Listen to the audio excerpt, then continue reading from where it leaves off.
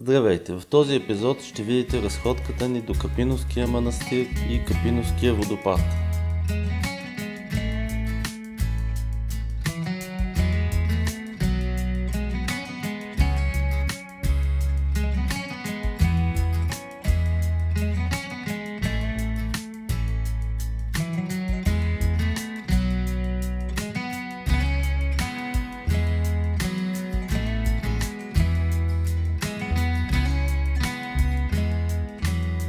Капиновския манастир се намира между Велико Търново и Елена. На поляните около манастира в момента е направен голям къмпинг, който приютява коли, обособени са места за палатки, за каравани, за кемпери. Също е построена голяма механа с плувен басейн.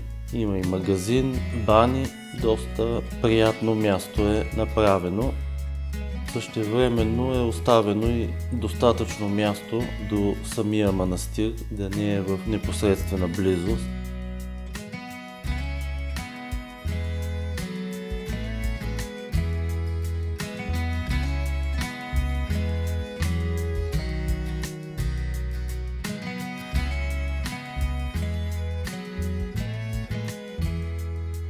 Отвън самия манастир прилича на крепост. Бил е многократно опожаряван и разграбван и в този си вид е възстановен някъде около средата на 19 век.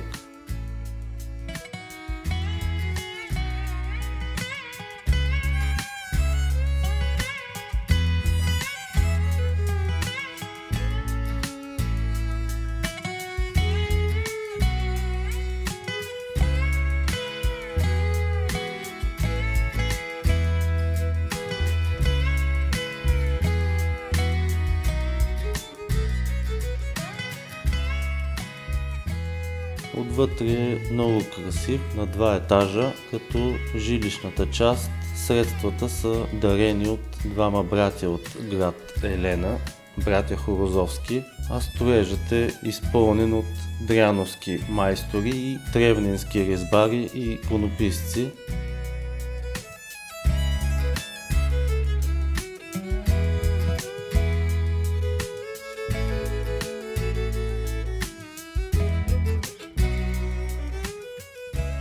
Тук за кратко игумен на манастира е бил и Софроний Врачански.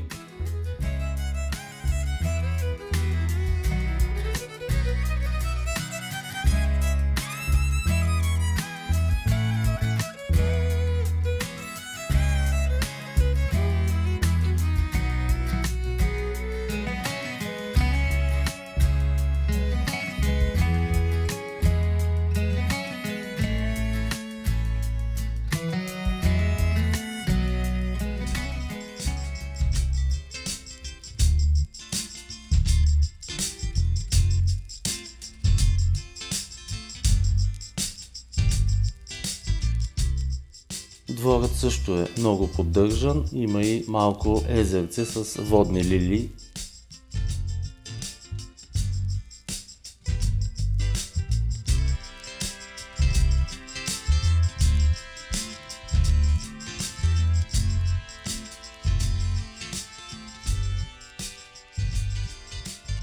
Като се мине покрай механата, която е на къмпинга и се заобиколи, се излиза до Капиновския водопад на малката река Веселина. Водопада не е много голям, може би 7-8 метра е неговия пад, но веднага след него се образува едно малко езерце, което лятото хората го ползват за басейн и се разхлаждат в него.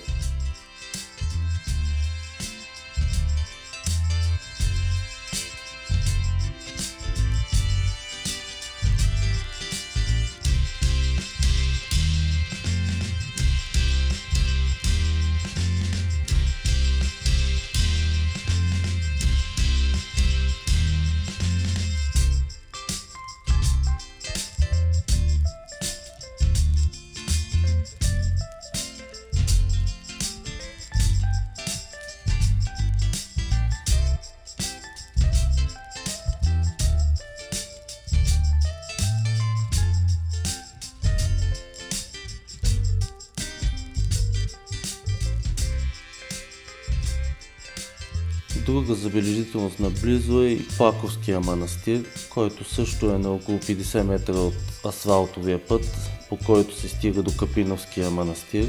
Плаковския манастир Свети Илия също е възстановен някъде в началото на 19 век. Тук са се заклели и участниците от Велчовата завера.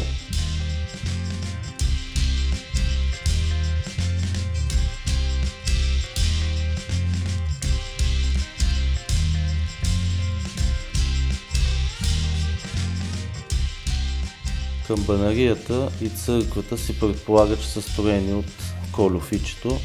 Голяма част от иконите в църквата са дело на Захари Зограф. Така, това е всичко за този епизод.